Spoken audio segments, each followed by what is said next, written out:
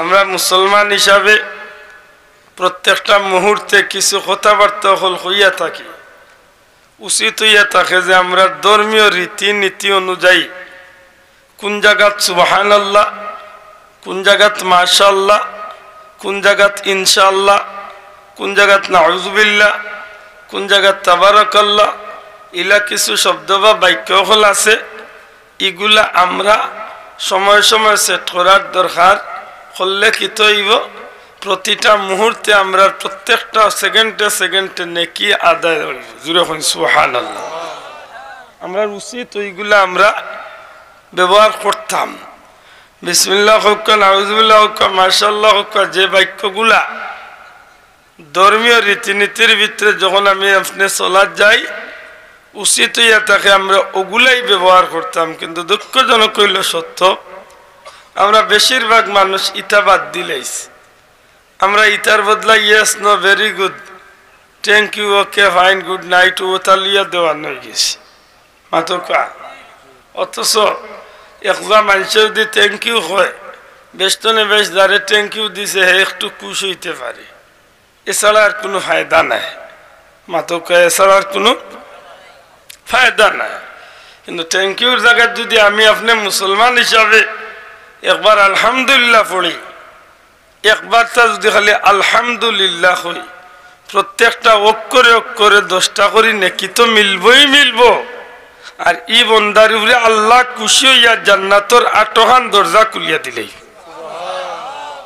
তাইলে আমি thank you হওয়ার ফায়দা বেশি না আলহামদুলিল্লাহ হওয়ার ফায়দা বেশি?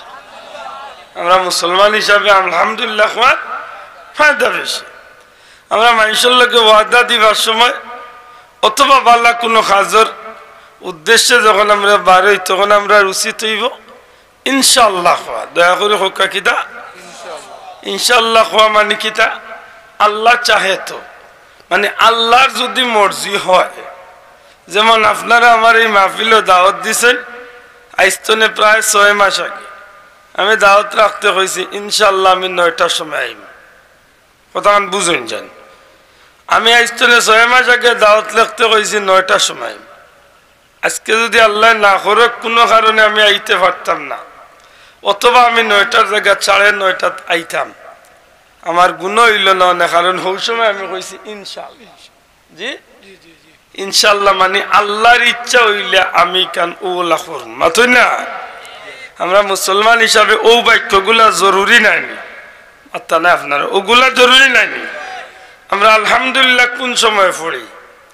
আল্লাহর কোনো নিয়ামত খাইয়া, আল্লাহর কোনো নিয়ামত পাইয়া, আল্লাহর কোনো নিয়ামত বুক করিয়া আমরা শুকুর আদায় করি আলহামদুলিল্লাহ।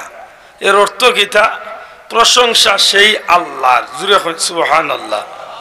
কার প্রশংসা? আল্লাহর প্রশংসা। আল্লাহর প্রশংসা করলে আল্লাহ খুশ নাই নেই। 2 নম্বরে হইল আমি যে বাক্যগুলা কই, এই খোয়াটা যদি আমার জীবনে লোক ধরাই লিতাম পারি তাহলে বিশ্বাস রাখুন জানো মানুষের একটা অভ্যাস, যে যে জিনিস অভ্যাস করিলে এই জিনিসটা তার জীবনে সঙ্গী বনি যায়। মাথুই না চাব এর